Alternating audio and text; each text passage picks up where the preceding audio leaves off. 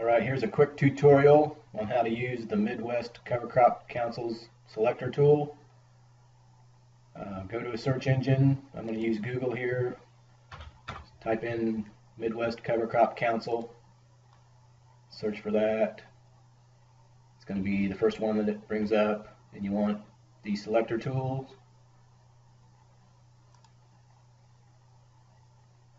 That'll bring this page up. You can either select a row crop tool or the vegetable crop tool. Most people in Benton County who are going to plant cover crops are going to be planting it in a row crop situation. Click there and select your state or province. Select Indiana out of that drop down menu. Select Benton County out of that menu. Then put in your cash crop. In this example, the cash crop is going to be corn for grain, and then the planting date, say May 20th, and the harvest date, just estimated harvest date at this point, but maybe October 20th. The drainage information, select a drainage class. This is a field that's somewhat poorly drained, and it does have tile in it, and there's no flooding concerns.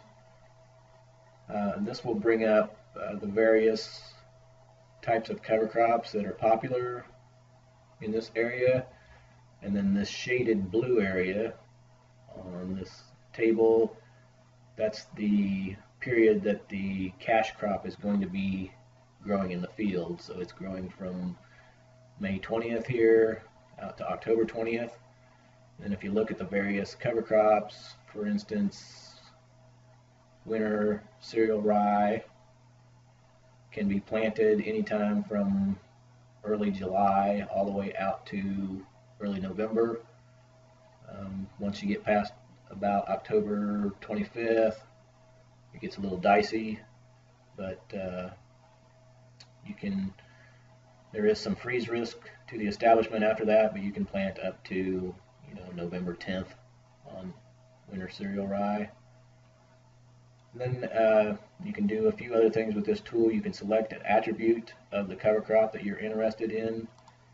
If you want your cover crop to be a nitrogen scavenger, you can select that. If you're most interested in erosion control, you can select that. Let's select erosion control here. So now this brings up these numbers here. You can see all of these grass type cover crops are ranked a 4 for erosion fighting. The legumes are ranked as 2s and 3s. This ranks them 1 through 4, with 1 being the lowest and 4 being the best erosion fighter. You can change that to, let's say you're interested in a nitrogen scavenger. You can select that. This will tell you that winter cereal rye, annual ryegrass, sorghum, Sudan grass, they're all really good nitrogen scavengers. If